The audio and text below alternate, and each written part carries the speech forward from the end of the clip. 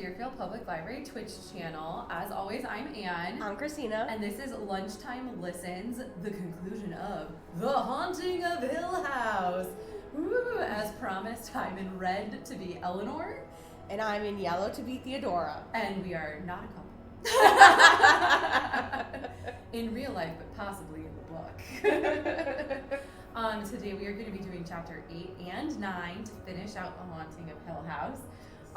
If you are interested in continuing the spooky vibes, check back here on this channel at 7 p.m. Central tonight for Paranormal Illinois. It's a program we ran yesterday virtually, but we got permission to do a recording and re-show it tonight on Halloween. Spooky. Now, before we started recording, you were telling me how excited you are to find out how it ends. I am. Yeah, I almost looked it up over the weekend. I'm glad you did it, so that we get a live react. So without further ado, take it away, Christina. Alrighty. Chapter 8. Did anyone tell them that Mrs. Dudley clears at 10? Theodora looked into the coffee pot speculatively. As a reminder, sorry, because I forgot to do a reminder. Oh. Mrs. Montague and Arthur showed up, and they were real annoying. Yeah. And definitely a couple. Definitely a couple. and they have not merged yet. Are they alive? Oh yeah. We don't know. Anyways. All right. Mrs. Dudley clears at 10. The doctor hesitated. I hate to wake them after such a night, but Mrs. Dudley clears at 10. They're coming, Eleanor said. I can hear them on the stairs. I can hear everything, all over the house, she wanted to tell them. Then, distantly, they could all hear Mrs. Montague's voice, raised in irritation, and Luke, realizing, said, Oh Lord, they can't find the dining room. These are all such characters. I know. Oh Lord. And hurried out to open the doors. Properly aired, Mrs. Montague's voice preceded her, and she swept into the dining room, tapped the doctor curtly on the shoulder by way of greeting to her husband, and seated herself with a general nod to the others. I must say, she began at once, that I think you might have called us for breakfast. I suppose everything is cold. Is the coffee bearable? Oh God, she's talking again. Good morning, Arthur said sulkily and sat down himself with an air of sullen ill temper. Theodora almost upset the coffee pot in her haste to set a cup of coffee before Mrs. Montague. It seems hot enough, Mrs. Montague said. I shall speak to your Mrs. Dudley this morning in any case. That room must be aired. That's her chief complaint.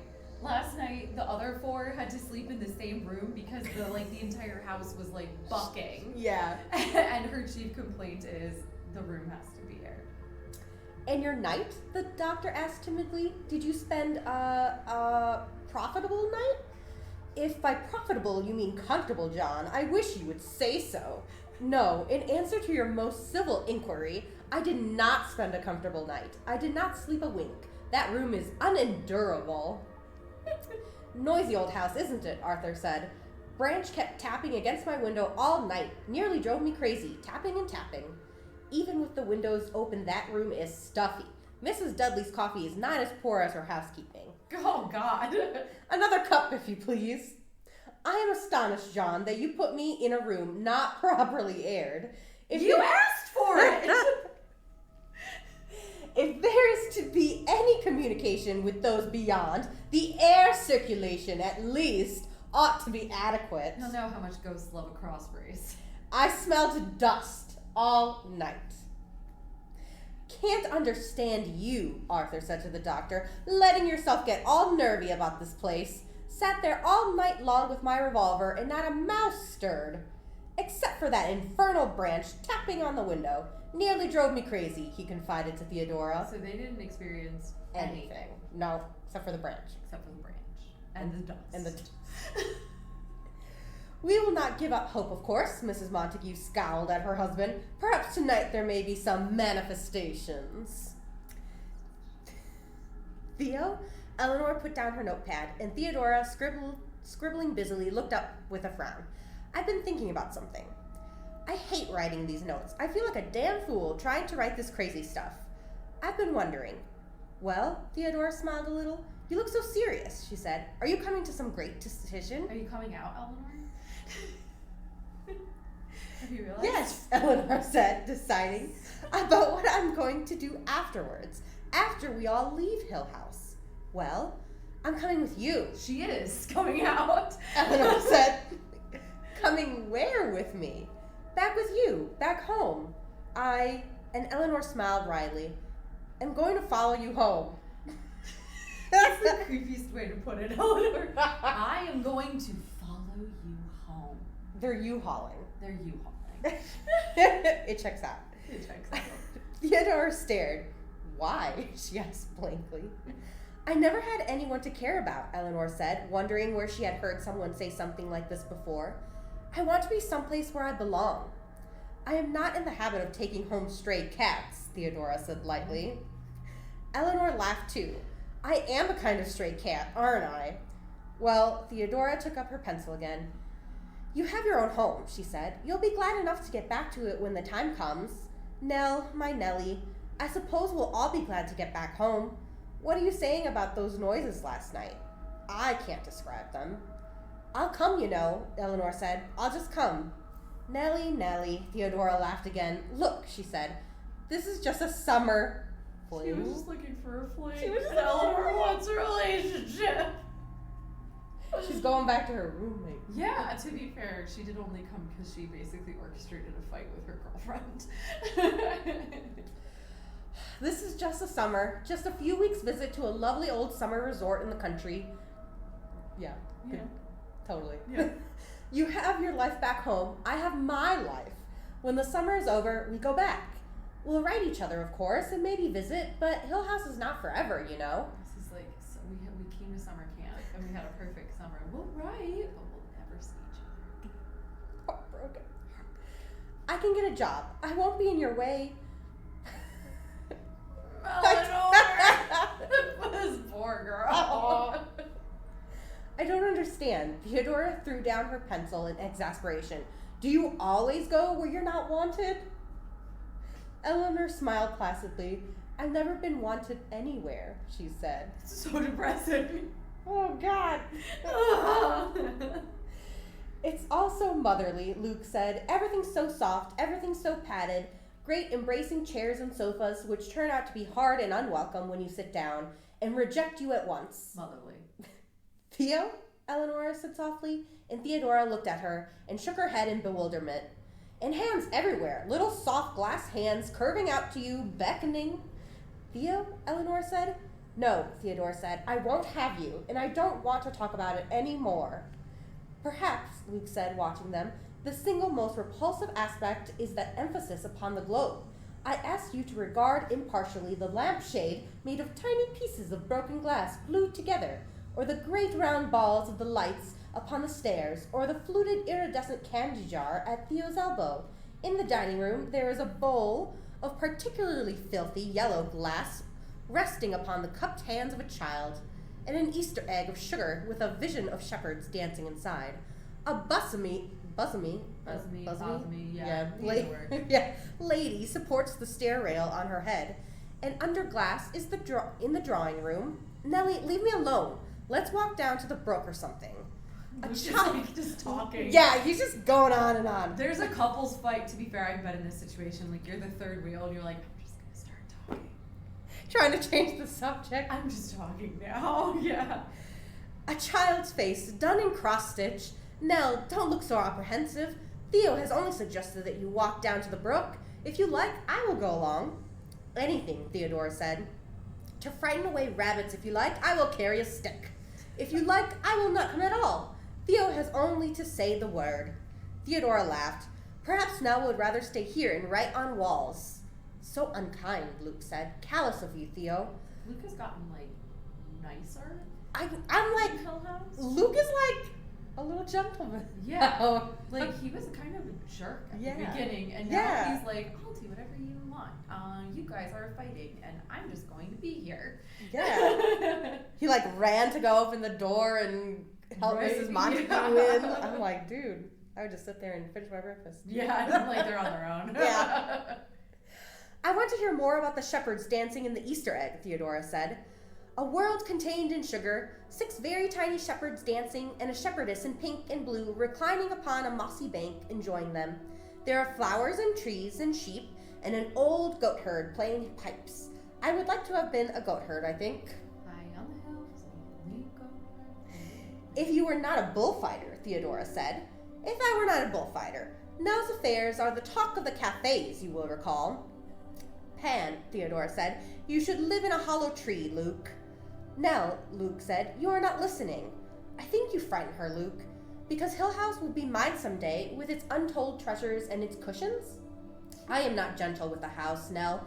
I might take a fit of restlessness and smash the sugar Easter egg or shatter the little child hands or go stomping and shouting up and down the stairs, striking at glued glass lamps with a cane and slashing at the bosomy lady with the staircase on her head. Ah! I might. You see, you do frighten her. I believe I do, Luke said. No, I am only talking nonsense.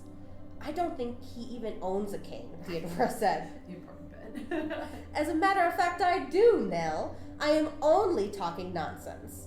What is she thinking about, Theo? Theodora said carefully. She wants me to take her home with me after we leave Hill House, and I won't do it. Luke laughed. Poor silly Nell, he said. Journeys end in lovers meeting. Let's go down to the brook. A mother's house, Luke said, as they came down the steps from the veranda to the lawn. A house mother, a headmistress, a housemistress. I am sure I will be a very poor housemaster, like our Arthur, when Hill House belongs to me. I can't understand anyone wanting to own Hill House, Theodora said, and Luke turned and looked back with amusement at the house. You never know what you are going to want until you see it clearly, he said. If I never had a chance of owning it, I might feel very differently. What do people really want with each other? As Nell asked me once, what use are other people? What use are other people? Eleanor Vance, 1958. Love it. It was my fault my mother died, Eleanor said. She knocked on the wall and called me, and I never woke up. I ought to have brought her the medicine. I always did before, but this time she called me, and I never woke up. You should have forgotten all that by now, Theodora said.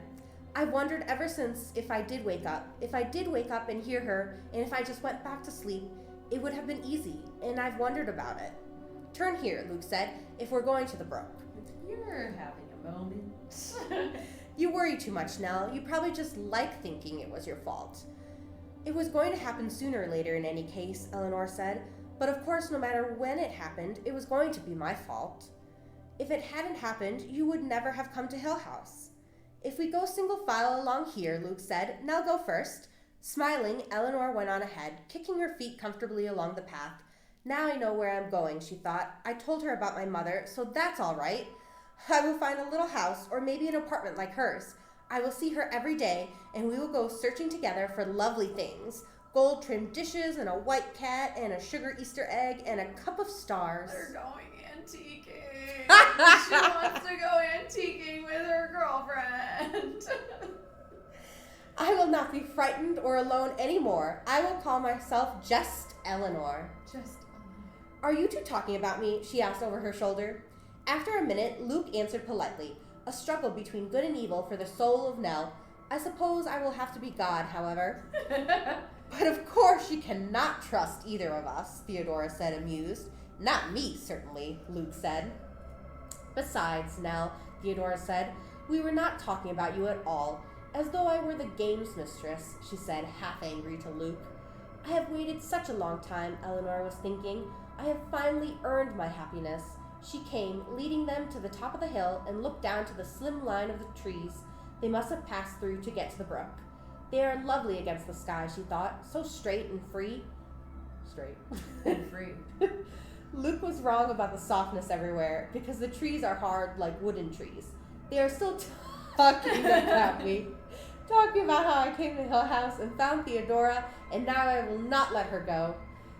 Behind her, she could hear the murmur of their voices, edged sometimes with malice, sometimes rising in mockery, sometimes touched with a laughter almost of kinship, and she walked on dreamily, hearing them come behind. She could tell when they entered the tall grass a minute after she did, because the grass moved hissingly beneath their feet, and a startled grasshopper leapt wildly away. I could help her in her shop, Eleanor thought. She loves beautiful things, and I would go with her to find them. We could go anywhere we pleased, to the edge of the world if we liked, and come back when we wanted to. He is telling her now that he knows about me, that I am not easily taken in, and that I had an oleander wall around me, and she is laughing, because I am not going to be lonely anymore. They are very much alike, and they are very kind. I would not really have expected as much from them as they are giving me. I was very right to come, because journeys end in lovers' meeting. She came under the hard branches of the trees, and the shadows were pleasantly cool after the hot sun on the path. Now she had to walk more carefully, because the path led downhill, and there were sometimes rocks and roots across her way. Behind her, their voices went on, quick and sharp, and then more slowly and laughing. I will not look back, she thought happily, because then they would know that what I am thinking. We will talk about it together someday, Theo and I, when we have plenty of time. How strange I feel, she thought, coming out of the trees onto the last steep part of the path, going down to the brook. I am caught in a kind of wonder. I am still with joy. I will not look around until I am next to the brook, where she almost fell the day we came. I will remind her about the golden fish in the brook and about our picnic. Nora's trying to break up with her, and she's envisioning a life with her. And it's like, remember our first date? Remember our first date at the picnic at the brook where you almost fell in? Oh, Eleanor. She sat down on the narrow green bank and put her chin on her knees. I will not forget this one moment in my life, she promised herself, listening to their voices and their footsteps coming slowly down the hill. Hurry up, she said, turning her head to look for Theodora. And was silent. There was no one on the hill. Nothing but the footsteps coming clearly along the path and the faint, mocking laughter. Who? She whispered. Who? She could see the grass go down under the weight of the footsteps. She saw another grasshopper leap wildly away in a pebble jar and roll. She heard clearly the brush of footsteps on the path, and then, standing back hard against the bank, heard the laughter very close. Eleanor, Eleanor, and she heard it inside and outside her head. This was a call she had been listening for all her life. The footsteps stopped, and she was caught in a movement of air so solid that she staggered and was held. Eleanor, Eleanor, she heard through the rushing of air past her ears. Eleanor, Eleanor, and she was held tight and safe. It is not cold at all, she thought. It is not cold at all. She closed her eyes and leaned back against the bank and thought, don't let me go, and then, stay, stay, as the firmness which held her slipped away, leaving her and fading. Eleanor, Eleanor, she heard once more, and then she stood beside the brook, shivering as though the sun had gone, watching without surprise the vacant footsteps move across the water of the brook, sending small ripples going and then over onto the grass on the other side, moving slowly and caressingly up and over the hill. Come back, she almost said, standing, shaking by the brook, and then she turned and ran madly up the hill, crying as she ran and calling, Theo, Luke. She found them in the little group of trees, leaning against a tree trunk and talking softly and laughing. When she ran to them, they turned, startled, and Theodora was almost angry. What on earth do you want this time? Why is she so mean? Is she actually this mean, or is this Eleanor's deteriorating mental abilities right now? Yeah. The house is trying to get her to not leave with Theodora. I waited for you by the brook. We decided to stay here where it was cool, Theodora said. We thought you heard us calling you. Didn't we, Luke? Oh, yes, Luke said, embarrassed. We were sure you heard us calling. Anyway, Theodora said, we were going to come along in a minute. Weren't we, Luke? Yes, said Luke, grinning. Oh, yes. Subterranean waters, the doctor said, waving his fork. Nonsense. Does Mrs. Dudley do all your cooking? The asparagus is more than passable, Arthur. Let that young man help you to asparagus. My dear, the doctor looked fondly upon his wife. It has become our custom to rest for an hour or so after lunch. Certainly not. I have far too much to do while I am here. I must speak to your cook. I must see that my room is aired. I must ready planchette for another session this evening. It's time for planchette. Arthur must clean his revolver. Mark of a fighting man, Arthur conceded. Firearms always in good order.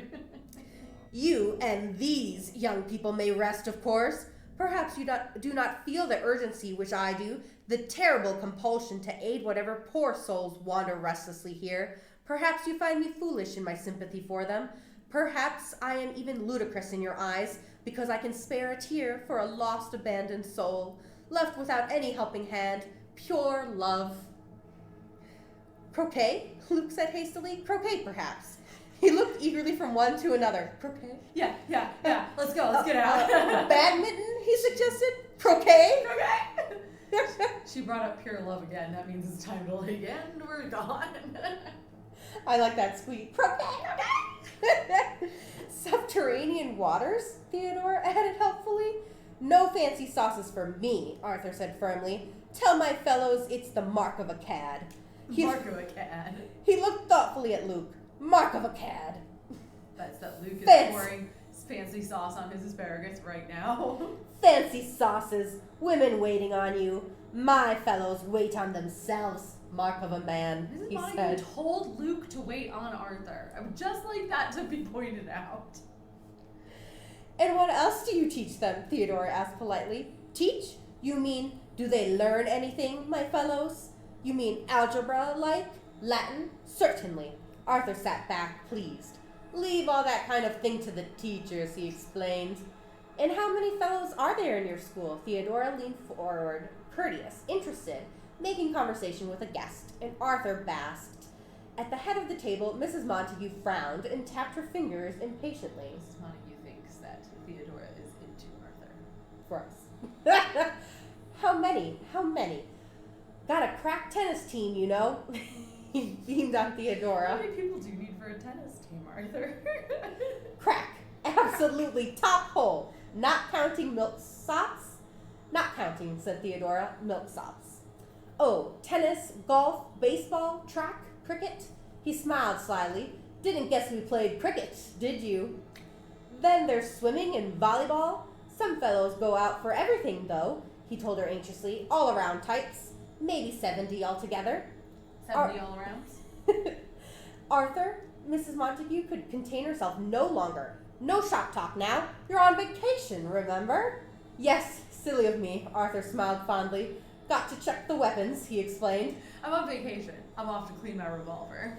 It's 2 o'clock, Mrs. Dudley said in the doorway. I clear off at 2. There she is. Theodora laughed, and Eleanor, hidden deep in the shadows behind the summer house, put her hands over her mouth to keep from speaking, to let them know she was there. I've got to find out, she was thinking. I've got to find out.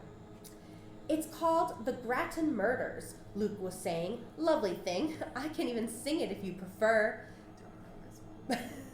Mark of a cad, Theodora laughed again. Poor Luke. I would have said scoundrel. If you would rather be spending this brief hour with Arthur, of course I would rather be with Arthur. An educated man is always an enlivening companion. Cricket, Luke said. Never would have thought we played cricket, would you? Sing, sing, Theodora said, laughing. Luke sang in a nasal monotone, emphasizing each word distinctly. So there you go. You don't have to sing it well. All right. Yeah, I have no idea what this tune is. You can just say Okay. it. I don't know what the tune is either. I looked up one, and it was the one that's in my part. I did not look this one up. I'm sorry. No. I probably would have forgotten the tune anyways. Yeah, that's true. The first was young Miss Grattan. She tried not to let him in. He stabbed her with a corn knife. That's how his crimes begin. It's so great that you've not read this, and that each line is... What's happening? You stabbed her with a corn knife? The next was Grandma Grattan, so old and tired and gray, she fit off her attacker until her strength give away. The next was Grandpa Grattan, a-settin' by the fire. He crept up close behind him and strangled him with a wire. The last was Baby Grattan, all in his trundle bed.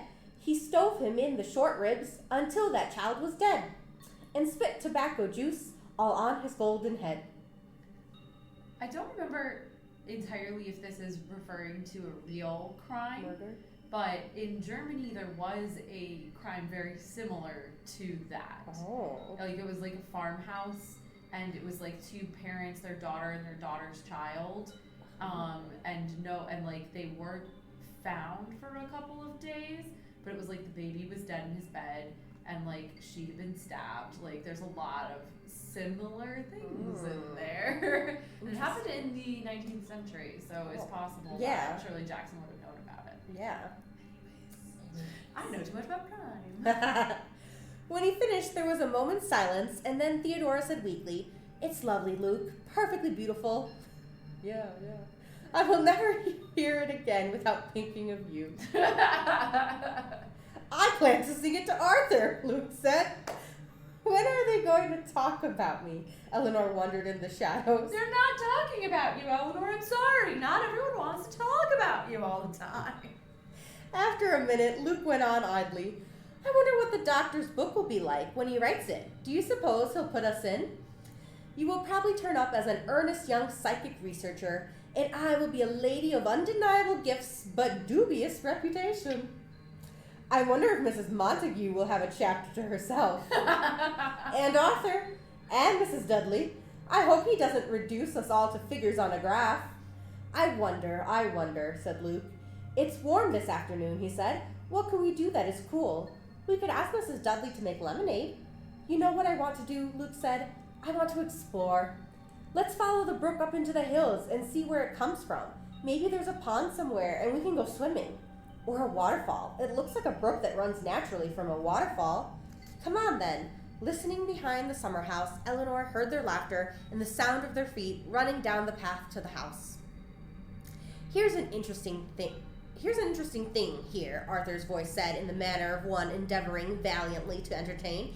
"Here in this book. Says how to make candles out of ordinary children's crayons." Oh, darn. I thought it was going to be out of children. I know, I was like, how's that sentence ending? How's this sentence ending? Wild. I too know how to make crayons out of children's crayons. Candles out of children's crayons. This is an interesting thing here. Here's an interesting thing here. Interesting. The doctor sounded weary. "If you will excuse me, Arthur, I have all these notes to write up." "I don't want to talk with you." "You, the man who's probably sleeping with my wife." "Sure, doctor. All got our work to do." Not a sound. Eleanor, listening outside the parlor door, heard the small, irritating noises of Arthur settling down to be quiet. "Not much to do around here, is there?" Arthur said. "How do you pass the time generally?" "Working," the doctor said shortly. "You writing down what happens in the house?" "Yes." "You got me in there?" "No." "Seems like you ought to put in our notes from planchette. What are you writing now?" "Arthur, can you read or something?" Can you, read quietly to yourself for a little bit? "Sure. Never meant to make a nuisance of myself." Didn't you? Eleanor heard Arthur take up a book and put it down and light a cigarette and sigh and stir and finally say, "Listen, isn't there anything to do around here? Where is everybody?" You could have taken up Luke when he said croquet. The doctor spoke patiently, but without interest. "Theodora and Luke have gone to explore the brook, I think, and I suppose the others are around somewhere. As a matter of fact, I believe my wife was looking for Mrs. Dudley." "Oh," Arthur sighed again. "Might as well read, I guess," he said, and then after a minute, "Say, doctor, I don't like to bother you, but listen to what it says here in this book." Arthur is struggling. I'm just gonna say. I bet Dr. Montague is struggling not to kill him. Yeah. There's a fireplace in there with a poker and everything. "No," Mrs. Montague said, "I do not believe in throwing young people together promiscuously, Mrs. Dudley. If my husband had consulted me before arranging this fantastic house party."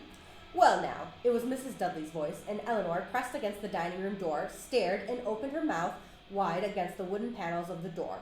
"I always say, Mrs. Montague, that you're only young once. Those young people are enjoying themselves, and it's only natural for the young." Mrs. Dudley. How kind. I love Mrs. Dudley, honestly. Like, I know she was just kind of like clear off a 10, don't bother me, Yeah. no one will hear you scream. But, she secretly loves the house, and I think she's fond of the people, despite, how cold she is. And so Mrs. Montague comes in and says stuff about them, and she's like, "I will defend them." "Only I'm allowed to say bad things about them." Aw. "But living under one roof." Wait, did I read the... No, it's only natural when you're young, says Mrs. Dudley. Yes. And Mrs. Montague's trying to get her too. But living under one roof, it's not as though they weren't grown up enough to know right from wrong. That pretty Theodora lady is old enough to take care of herself. I think, no matter how gay Mr. Luke. I mean, we don't know about Luke. I have no data points on Luke except for like knowing the lesbians were fighting. I need a dry dish towel, Mrs. Dudley, for the silverware. It's a shame, I think, the way children grow up these days, knowing everything. There should be more mysteries for them. More things that belong rightly to grown-ups, that they have to wait to find out. Then they find them out the hard way. Mrs. Dudley's voice was comfortable and easy. Dudley brought in these tomatoes from the garden this morning, she said. They did well this year. Shall I start on them? No, oh no. You sit down over there and rest. You've done enough. I'll put on the water and we'll have a nice cup of tea. I think like Eleanor is like listening in on everyone. Yes. To get like the tea on herself. Right. And literally none of them are talking about her. No. And I love it. She's paranoid. But, super paranoid. yeah. And they're just living their life. lives. Journeys end in lovers' meeting, Luke said, and smiled across the room at Eleanor. Does that blue dress on Theo really belong to you? I've never seen it before. I am Eleanor, Theodora said wickedly, because I have a beard. Is the beard Luke?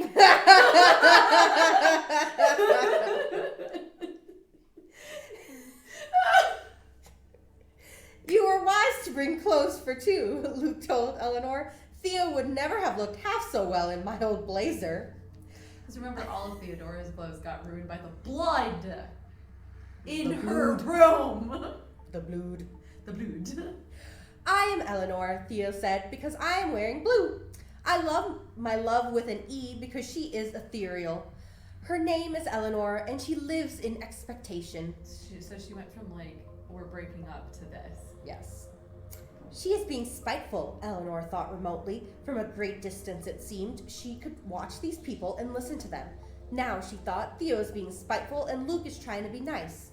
Luke is ashamed of himself for laughing at me, and he is ashamed of Theo for being spiteful. Luke, Theodora said, with a half glance at Eleanor, come and sing to me again. Later, Luke said uncomfortably, the doctor has just set up the chessmen. He turned away in some haste. I don't want to get involved in this. Maybe Luke. He's very perceptive. Yeah. Theodora peeked, leaned her head against the back of her chair, and closed her eyes, clearly determined not to speak. Eleanor sat, looking down at her hands, and listened to the sounds of the house. Somewhere upstairs, a door swung quietly shut. A bird touched the tower briefly and flew off. In the kitchen, the stove was settling and cooling, with little soft creakings. An animal, a rabbit, moved through the bushes by the summer house. She could even hear, with her new awareness of the house, the dust drifting gently in the attics, the wood aging. Only the library was closed to her. She could not hear the heavy breathing of Mrs. Montague and Arthur over their planchette. Heavy breathing? Are they just doing planchette? Nor their little excited questions. She could not hear the books rotting or rust seeping into the circular iron stairway to the tower. In the little parlor, she could hear, without raising her eyes, Theodora's small, irritated tappings and the quiet sound of the chessmen being set down. She heard when the library door slammed open, and then the sharp, angry sound of footsteps coming to the little parlor, and then all of them turned as Mrs. Montague opened the door and marched in. I must say, said Mrs. Montague on a sharp, explosive breath, I really must say that this is the most infuriating. My dear, the doctor rose, but Mrs. Montague waved him aside angrily.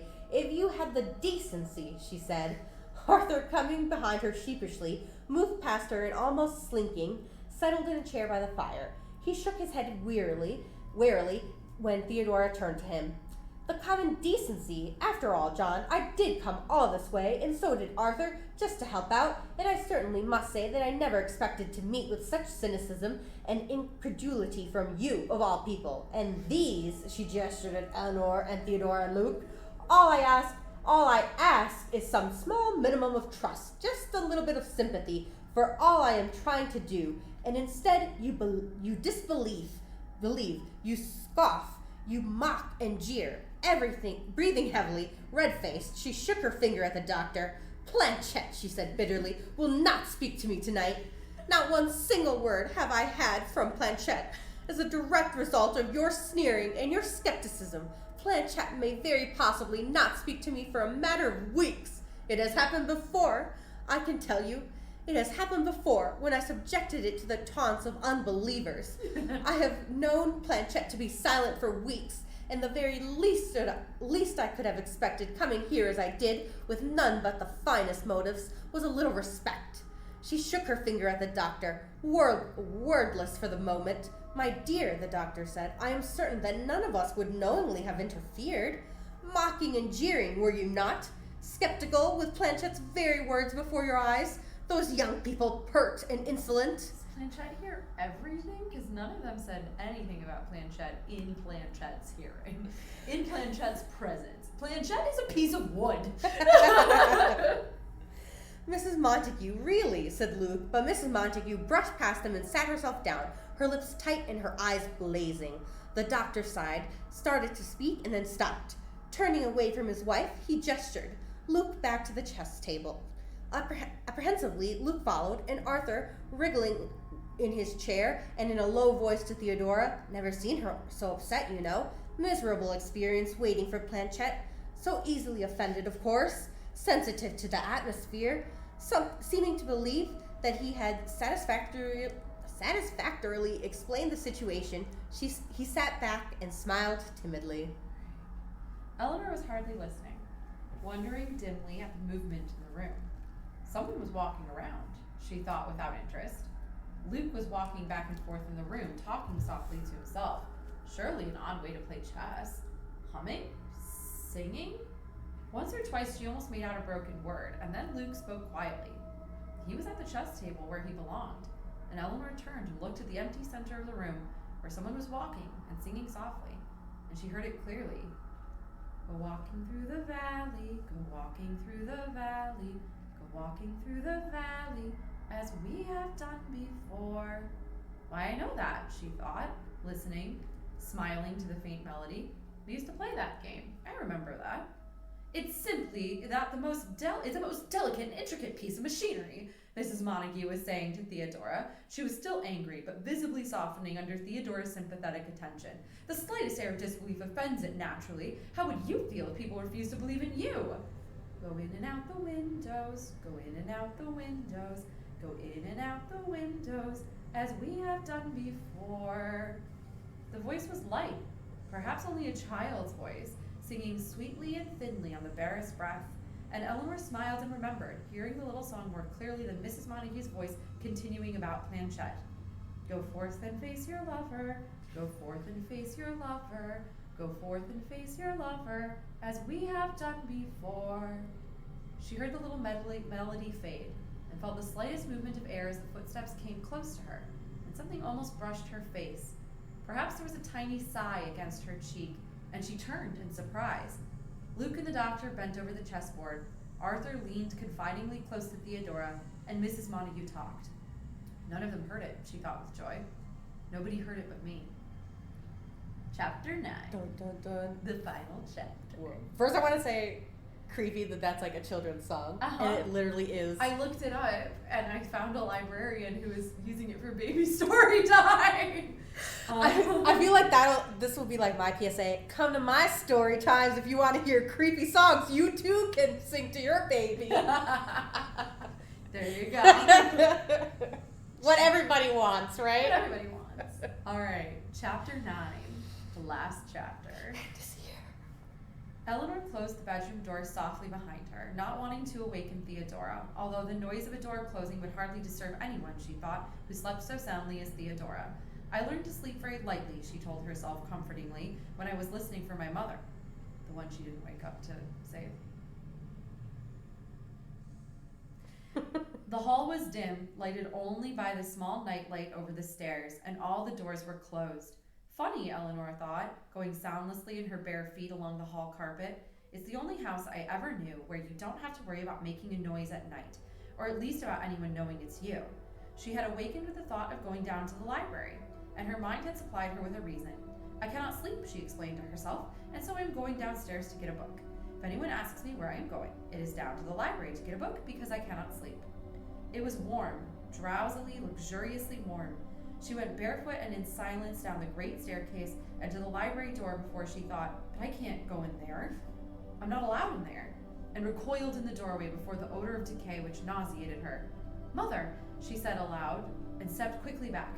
Come along, a voice answered distinctly upstairs, and Eleanor turned, eager, and hurried to the staircase.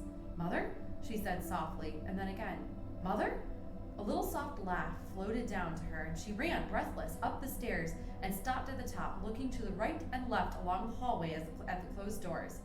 You're here somewhere, she said, and down the hall the little echo went, slipping in a whisper on the tiny currents of air.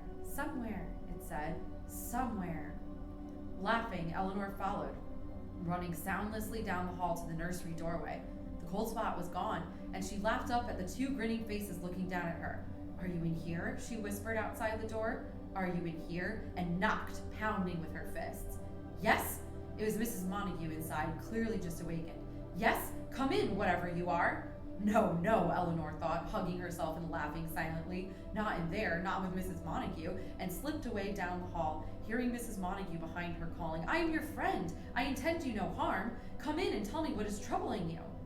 She won't open her door, Eleanor thought wisely. She's not afraid, but she won't open her door, and knocked, pounding against Arthur's door, and heard Arthur's awakening gasp. Dancing, the carpet soft under her feet, she came to the door behind which Theodora slept. Faithless Theo, she thought, cruel, laughing Theo. Wake up, wake up, wake up! And pounded and slapped the door, laughing, and shook the doorknob, and then ran swiftly down the hall to Luke's door and pounded. Wake up, she thought, wake up and be faithless. None of them will open their doors, she thought. They will sit inside with the blankets pressed around them, shivering and wondering what is going to happen to them next. Wake up, she thought, pounding on the doctor's door. I dare you to open your door and come out to see me dancing in the hall of Hill House. Then Theodora startled her by calling out wildly, Nell? Nell? Dr. Luke, Nell's not here! Poor house, Eleanor thought. I had forgotten Eleanor. Now they will have to open their doors. And she ran quickly down the stairs, hearing behind her the doctor's voice raised anxiously, and Theodora calling, Nell? Eleanor! What fools they are, she thought. Now I will have to go into the library. Mother, mother, she whispered. Mother, and stopped at the library door, sick. Behind her she could hear them talking upstairs in the hall. Funny, she thought, I can feel the whole house, and heard even Mrs. Montague protesting, and Arthur, and then the doctor clearly. We've got to look for her. Everyone, please hurry. Well, I can hurry too, she thought, and ran down the corridor to the little parlor where the fire flickered briefly at her when she opened the door, and the chessmen sat where Luke and the doctor had left their game. The scarf Theodora had been wearing lay across the back of her chair. I can take care of that, too, Eleanor thought, her maid's pathetic finery, and put one end of it between her teeth and pulled, tearing, and then dropped it when she heard them behind her on the stairs. They were coming down all together, anxious, telling one another where to look first, now and then calling, Eleanor? Nell? Coming? Coming? She heard far away, somewhere else in the house, and she heard the stairs shake under their feet and a cricket stir on the lawn. Daring, gay, she ran down the corridor again to the hall and peeked out at them from the doorway. They were moving purposefully, all together, straining to stay near one another, and the doctor's flashlight swept the hall and stopped at the great front door, which was standing wide open.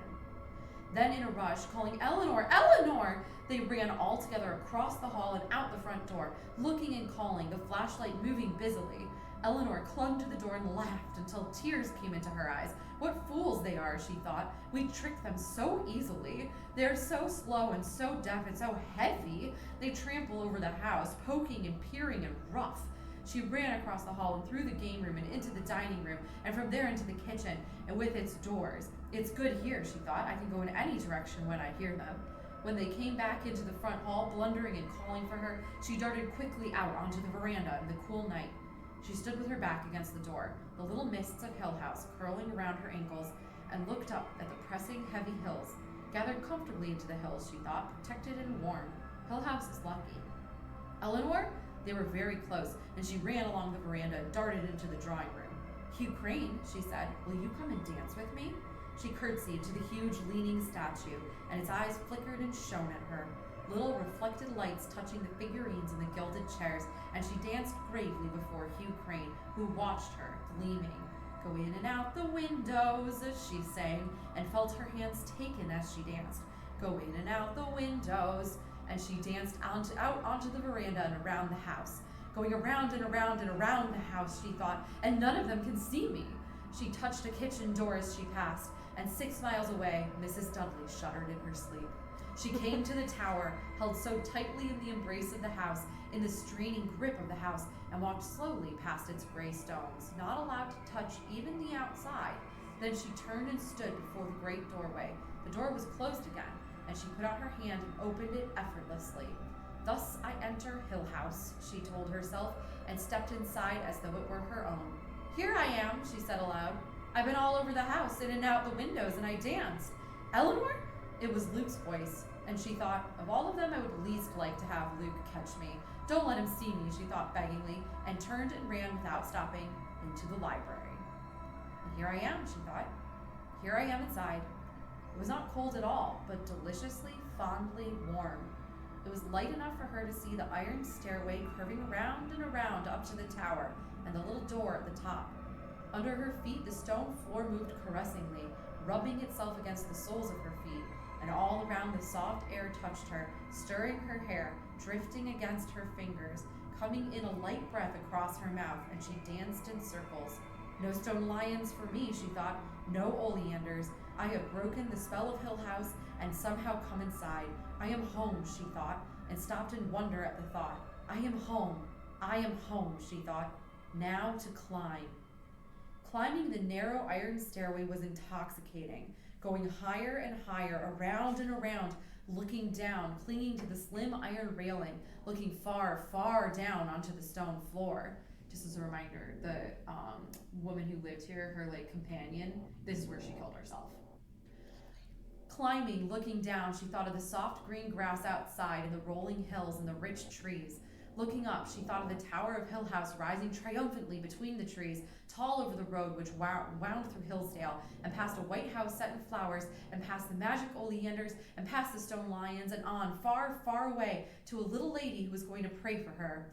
Time has ended now, she thought. All that is gone and left behind, and that poor little lady praying still for me. Eleanor! For a minute, she could not remember who they were. Had they been guests of hers in the house of the stone lions, dining at her long table in the candlelight? Had she met them at the inn over the tumbling stream? Had one of them come riding down a green hill, banners flying? Had one of them run beside her in the darkness? And then she remembered, and they fell into place where they belonged, and she hesitated, clinging to the railing. They were so small, so ineffectual. They stood far below on the stone floor and pointed at her. They called to her, and their voices were urgent and far away. Luke, she said, remembering. They could hear her because they were quiet when she spoke. Dr. Montague, she said. Mrs. Montague. Arthur. She could not remember the other, who stood silent and a little apart. Eleanor, Dr. Montague called. Turn around very carefully and come slowly down the steps. Move very, very slowly, Eleanor. Hold on to the railing all the time. Now turn and come down. What on earth is the creature doing? Mrs. Montague demanded. Her hair was in curlers, and her bathrobe had a dragon on the stomach. Make her come down so we can go back to bed. Arthur, make her come down at once. See here, Arthur began, and Luke moved to the foot of the stairway and started up. For God's sake, be careful, the doctor said as Luke moved steadily on. The thing is rotted away from the wall.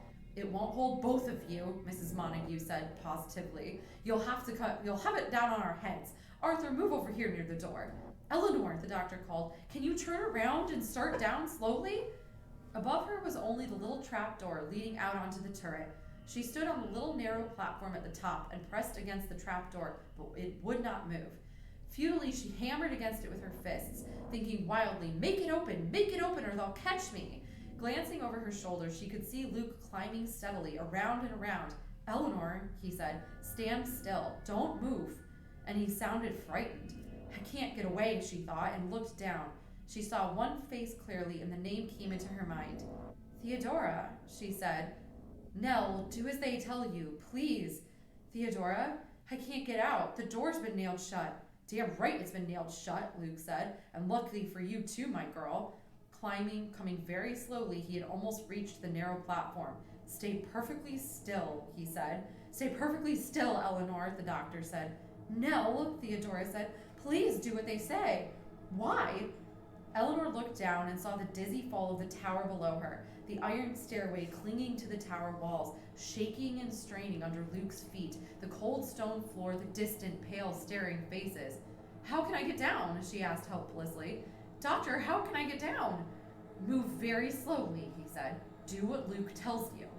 "Nell," Theodora said, "don't be frightened. We'll all be all right, really." "Of course it will be all right," Luke said grimly. "Probably it will be only my neck that gets broken. Hold on, Nell. I'm coming onto the platform. I want to get past you so you can go down ahead of me." He seemed hardly out of breath in spite of climbing, but his hand trembled as he reached out to take hold of the railing, and his face was wet. "Come on," he said sharply. Eleanor hung back. "The last time you told me to go ahead, you never followed," she said. "Perhaps I'll just push you over the edge," Luke said. "Let you smash down there on the floor. Now behave yourself and move slowly. Get past me and start down the stairs. And just hope," he added furiously, "that I can resist the temptation to give you a shove." Meekly, she came along the platform and pressed herself against the hard stone wall while Luke moved cautiously past her. "Start down," he said. "I'll be right behind you." Precariously, the iron stairway shaking and groaning with every step, she felt her way.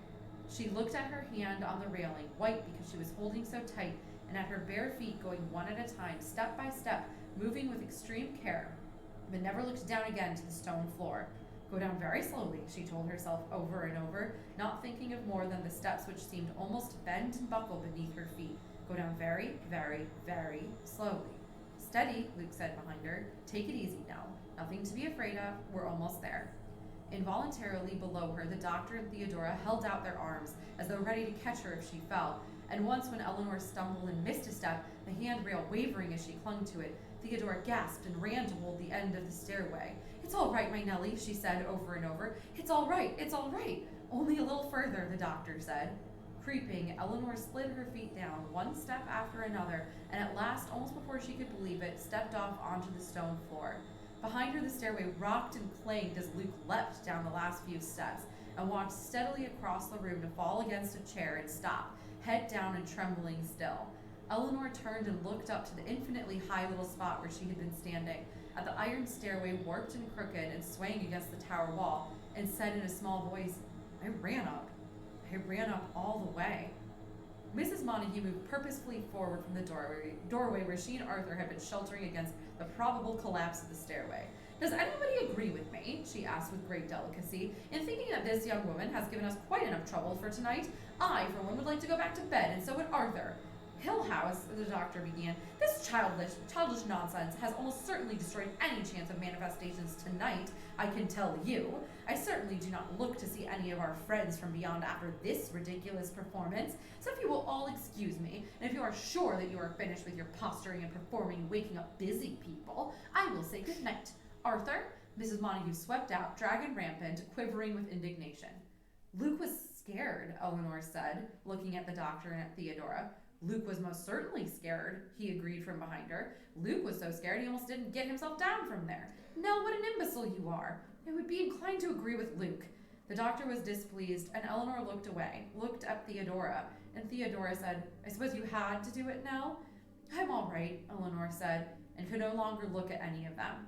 She looked surprised down at her own bare feet, realizing suddenly that they had carried her, unfeeling, down the iron stairway. She thought, looking at her feet, and then raised her head. "I came down to the library to get a book," she said. It was humiliating, disastrous. Nothing was said at breakfast, and Eleanor was served coffee and eggs and rolls just like the others. She was allowed to linger over her coffee with the rest of them, observe the sunlight up outside, comment upon the good day ahead. For a few minutes she might have been persuaded to believe that nothing had happened. Luke passed her the marmalade, Theodora smiled at her over Arthur's head, the doctor bade her good morning. Then, after breakfast, after Mrs. Dudley's entrance at 10, they came without comment, following one another silently to the little parlor. The doctor took his position before the fireplace. Theodora was wearing Eleanor's red sweater. "Luke will bring your car around," the doctor said gently. In spite of what he was saying, his eyes were considerate and friendly. "Theodora will go up and pack for you." Eleanor giggled. "She can't. She won't have anything to wear." "Nell," Theodora began, and stopped and glanced at Mrs. Montague, who shrugged her shoulders and said, "I examined the room. Naturally, I can't imagine why none of you thought to do it." "I was going to," the doctor said apologetically, "but I thought, you always think, John, and that's your trouble. Naturally, I examined the room at once." Theodora's room? Luke asked. I wouldn't like to go in there again. Mrs. Montague sounded surprised. I can't think why not, she said. There's nothing wrong with it. I went in and looked at my clothes, Theodora said to the doctor. They're perfectly fine. The room needs dusting, naturally, but what can you expect if you lock the door and Mrs. Dudley cannot... The doctor's voice rose over his wife's. Cannot tell you how sorry I am, he was saying. If there is ever anything I can do... Eleanor laughed. But I can't leave, she said, wondering where to find words to explain. You've been here quite long enough, the doctor said. Theodora stared at her. I don't need your clothes, she said patiently. Didn't you just hear Mrs. Montague? I don't need your clothes, and even if I did, I wouldn't wear them now. Nell, you've got to go away from here. But I can't leave, Eleanor said, laughing still, because it was so perfectly impossible to explain. Madam, Luke said somberly, you are no longer welcome as my guest. Perhaps Arthur had better drive her back to the city. Arthur could see that she gets there safely. Gets where? Eleanor shook her head at them, feeling her lovely heavy hair around her face. Gets where? She asked happily. Why, the doctor said, home, of course. And Theodora said, Nell, your own little place, your own little apartment where all your things are. And Eleanor laughed. I haven't any apartment, she said to Theodora. I made it up. I sleep on a cot at my sister's in the baby's room. I haven't any home at all, no place at all. And I can't go back to my sister's because I stole her car. God. She laughed, hearing her own words, so inadequate and so unutterably sad. I haven't any home, she said again, and regarded them hopefully. No home. Everything in all the world that belongs to me is in a carton in the back of my car. That's all I have. Some books and things I had when I was a little girl, and a watch my mother gave me. So you see, there's no place you can send me. I could, of course, go on and on, she wanted to tell them, seeing always their frightened, staring faces. I could go on and on, leaving my clothes for Theodora. I could go wandering and homeless errant, and I would always come back here. It would be simpler to let me stay. More sensible, she wanted to tell them. Happier. I want to stay here, she said to them. I've already spoken to the sister, Mrs. Montague said importantly. I must say, she asked first about the car. Oh my God. A vulgar person. When Mrs. Montague doesn't like someone. I told her she need have no fear. You were very wrong, John, to let her steal her sister's car and come here. My dear, Dr. Montague began and stopped, spreading his hands helplessly. At any rate, she is expected. The sister was most annoyed at me because they had planned to go off on their vacation today, although why she should be annoyed at me? Mrs. Montague scowled at Eleanor. I do think someone ought to see her safely into their hands, she said. The doctor shook his head. It would be a mistake, he said slowly. It would be a mistake to send one of us with her. She must be allowed to forget everything about this house as soon as she can. We cannot prolong the association. Once away from here, she will be herself again. Can you find your way home? He asked Eleanor, and Eleanor laughed. I'll go and get that packing done, Theodora said. Luke, check her car and bring it around. She's only got one suitcase. Walled up alive! Eleanor began to laugh again at their stone faces. Walled up alive, she said. I want to stay here. Oh, God. They made a solid line along the steps of Hill House, guarding the door. Beyond their heads, she could see the windows looking down, and to one side the tower waited confidently.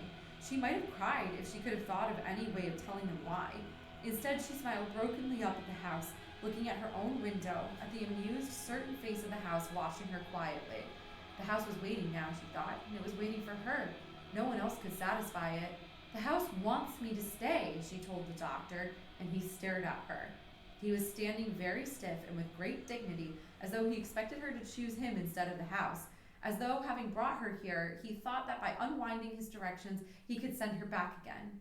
His back was squarely turned to the house, and looking at him honestly, she said, I'm sorry. I'm terribly sorry, really. You'll go to Hillsdale, he said levelly. Perhaps he was afraid of saying too much. Perhaps he thought that a kind word or a sympathetic one might rebound upon himself and bring her back.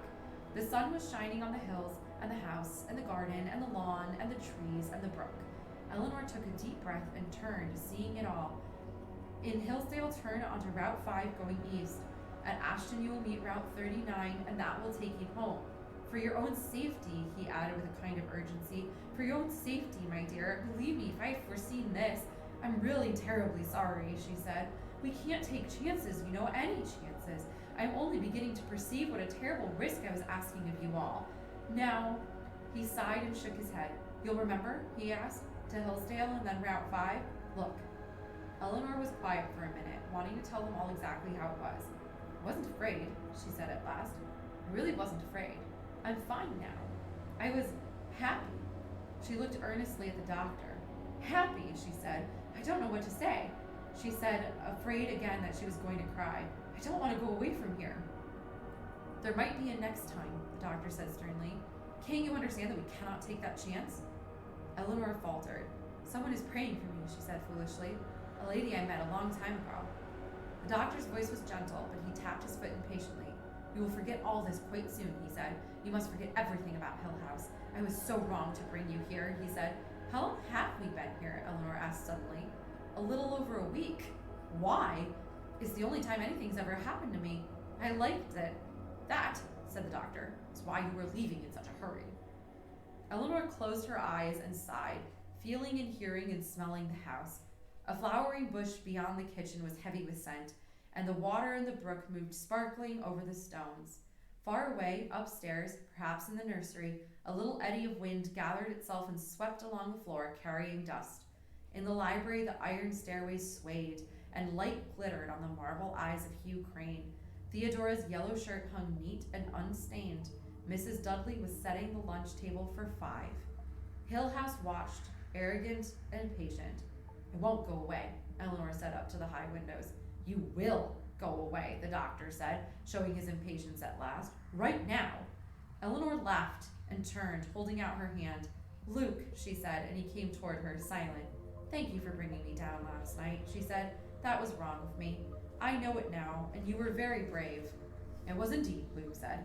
It was an act of courage far surpassing any other in my life. And I'm glad to see you going now, because I would certainly never do it again. Well, it seems to me, Mrs. Montague said, if you're going, you'd better get on with it. I've no quarrel with saying goodbye, although I personally feel that you've all got an exaggerated view of this place. But I do think we got better things to do than stand here arguing when we all know you've got to go. You'll be in time, as it is, getting back to the city, and your sister waiting to go on her vacation. Arthur nodded. Tearful farewells, he said. Don't hold with them myself. Far away in the little parlor, the ash dropped softly in the fireplace. John, Mrs. Montague said, possibly it would be better if Arthur... No, the doctor said strongly. Eleanor has got to go back the way she came. And who do I thank for a lovely time? Eleanor asked.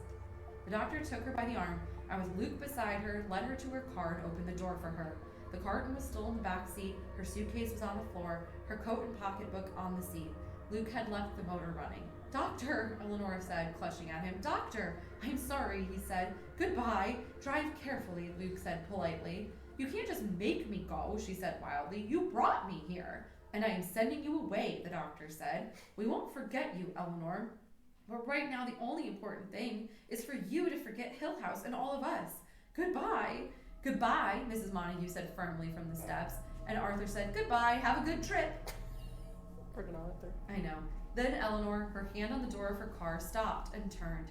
Theo? She said inquiringly, and Theodora ran down the steps to her. I thought you weren't going to say goodbye to me, she said. Oh, Nellie, my Nell, be happy. Please be happy. Don't really forget me. Someday things really will be all right again, and you'll write me letters and I'll answer, and we'll visit each other, and we'll have fun talking over the crazy things we did and saw and heard in Hill House. Oh, Nellie, I thought you weren't going to say goodbye to me. Goodbye, Eleanor said to her. Nellie, Theodora said timidly, and put out a hand to touch Eleanor's cheek. Listen, maybe someday we can meet here again and have our picnic by the brook. We never had our picnic, she told the doctor, and he shook his head, looking at Eleanor. Goodbye, Eleanor said to Mrs. Montague. Goodbye, Arthur. Goodbye, doctor. I hope your book is very successful. Luke, she said, goodbye, and goodbye. Nell, Theodora said, please be careful. Goodbye, Eleanor said, and slid into the car. It felt unfamiliar and awkward. I am too used already to the comforts of Hill House, she thought, and reminded herself to wave a hand from the car window. Goodbye, she called, wondering if there had ever been another word for her to say. Goodbye, goodbye. Clumsily, her hands fumbled, and she released the brake and let the car move slowly. They waved back at her dutifully, standing still, watching her.